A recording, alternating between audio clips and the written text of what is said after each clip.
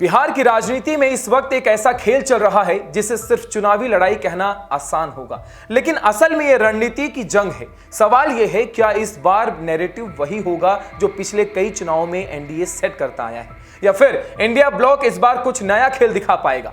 गया की धरती से प्रधानमंत्री नरेंद्र मोदी ने जो शंखनाद किया है, उसने इस चुनावी शतरंज को एक दिलचस्प बना दिया है कहानी की तरह। मोदी ने सीधे सीधे मुद्दा साधा, वोट चोर बनाम घुसपैठिया, यानी जनता को यह मैसेज कि विपक्ष आपके वोट पर डाका डालता है और साथ ही घुसपैठियों को भी पनाह देता है। मोदी का यह वार सीधा कांग्रेस और आरजेडी पर था। सवाल यही उठता है कि क्या बिहार की जनता इस नैरेटिव को स्वीकार कर पाएगी? लेकिन कहानी यही खत्म नहीं होती। मोदी ने भ्रष्टाचार का मुद्दा भी उठाया। उन्होंने याद दिलाया कि कैसे पहले जेल में बैठकर फाइलों पर साइन होते थे, बिना नाम लिए सीधा निशाना लालू की तरफ कर दिया और जनता को यह मैसेज कि अब की बार सरकार ने ऐसा कानून बना दिया है जिसमें प्रधानमंत्री तक को भी छूट नहीं, गिरफ्तारी होते ही पद जाएंगे।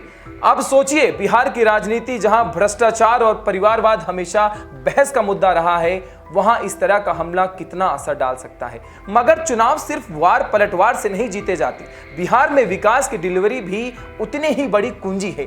गया की रैली में मोदी ने लगभग 13,000 करोड़ परियोजनाओं का ऐलान कर दिया। नई ट्रेनें, बुद्धिस्ट सर्किट, गंगा पर नया पुल और फिर नीतीश कुमार का मन से कहना कि पिछले कुछ नहीं होता जैसा मोदी जी कह रहे हैं।